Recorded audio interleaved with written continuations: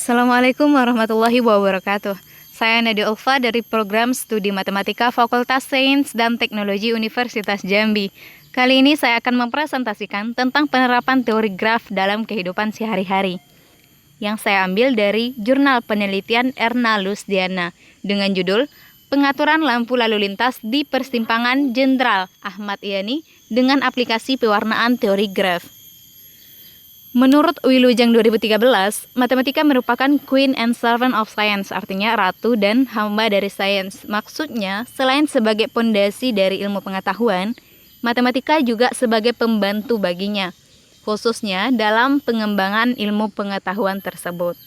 Matematika juga berfungsi untuk mengembangkan kemampuan komunikasi dengan menggunakan bilangan dan menggunakan ketajaman penalaran untuk menyelesaikan persoalan sehari-hari. Dengan demikian, hampir dapat dipastikan bahwa setiap bagian dari ilmu pengetahuan dan teknologi, baik itu ilmu murni maupun ilmu terapan, akan memerlukan peran matematika sebagai ilmu bantunya.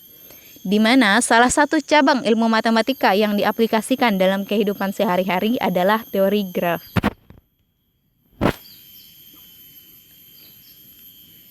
Ada 3 jenis pewarnaan dalam graf, yaitu pewarnaan titik, pewarnaan sisi, dan pewarnaan bidang.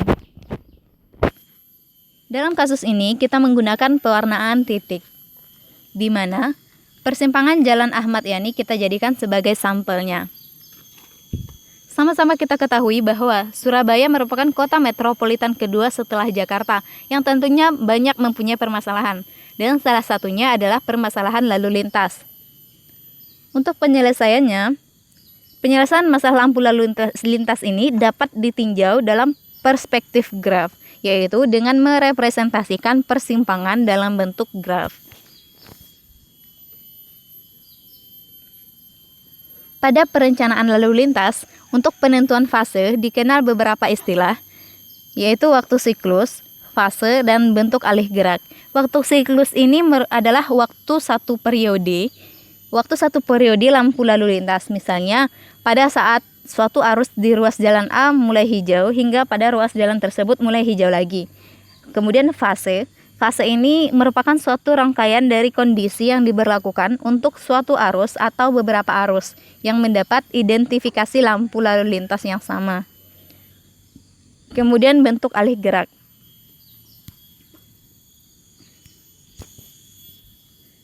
Ada beberapa bentuk alih gerak: weaving, crossing, merging, and diverging.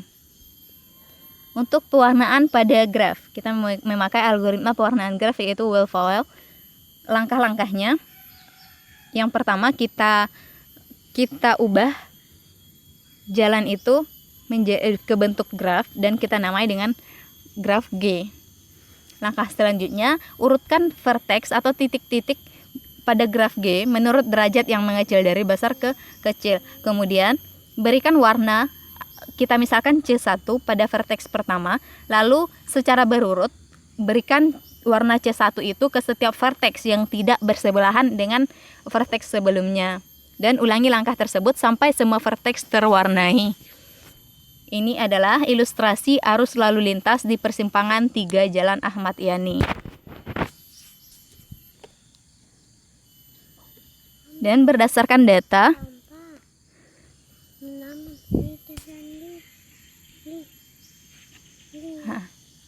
ada di cipita di sekalian domana ada di siap kakak.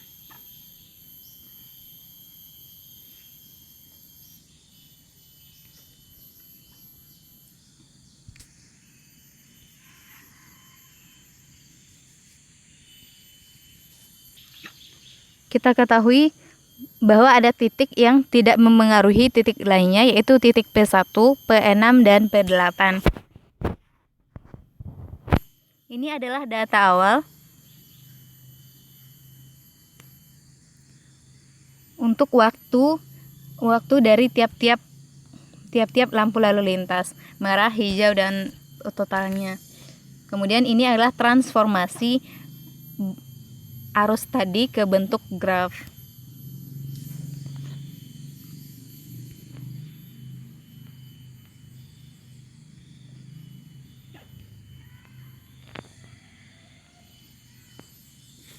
Dan setelah kita warnai dengan algoritma Wheel-Foil, kita mencari bilangan kromatiknya. Bilangan kromatik ini adalah warna minimum. Warna minimum yang kita gunakan yaitu 3, merah, kuning, dan hijau. Inilah hasil grafnya setelah kita warnai.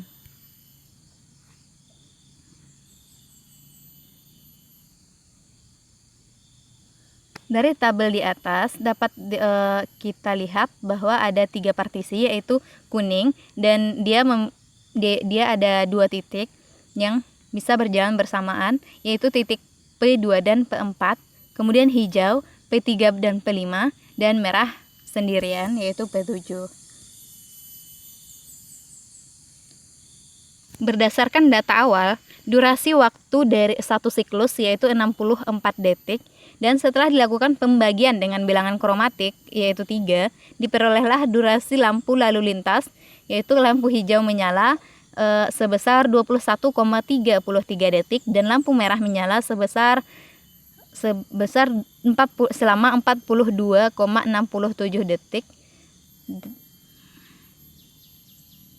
Dan untuk P1, P6 dan P8 karena dia tidak mempengaruhi titik lainnya, maka lampu hijau padanya akan bertambah menjadi 42,67 detik.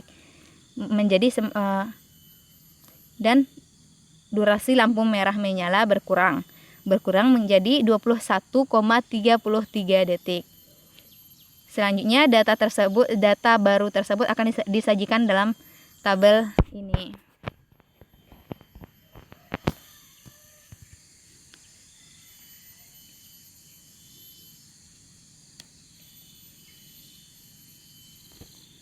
Berdasarkan pada teorema pewarnaan graf, kita dapatlah hasil dari itu, dan ini adalah data barunya.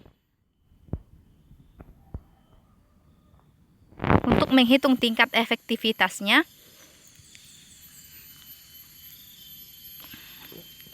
untuk merah begini yaitu merah baru, data merah baru dikurang data merah lama, kemudian dibagi per data merah lama dikali 100%, dan didapat hasilnya yaitu 25,62%.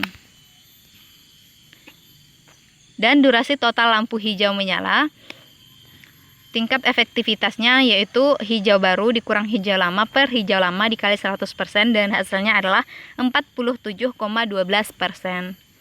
Jadi, untuk kasus lampu lalu lintas di persimpangan Jalan Ahmad Yani, durasi lampu merah menyala akan menurun sebesar 25,62%, dan durasi lampu hijau menyala akan meningkat sebesar 47,12%.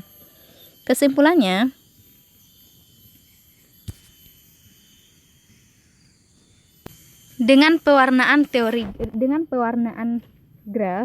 menggunakan pewarnaan graf, kita mendapatkan bahwa durasi untuk lampu merah menyala menurun dan durasi untuk lampu hijau menyala itu meningkat. Sekian presentasi dari saya. Terima kasih atas perhatiannya. Assalamualaikum warahmatullahi wabarakatuh.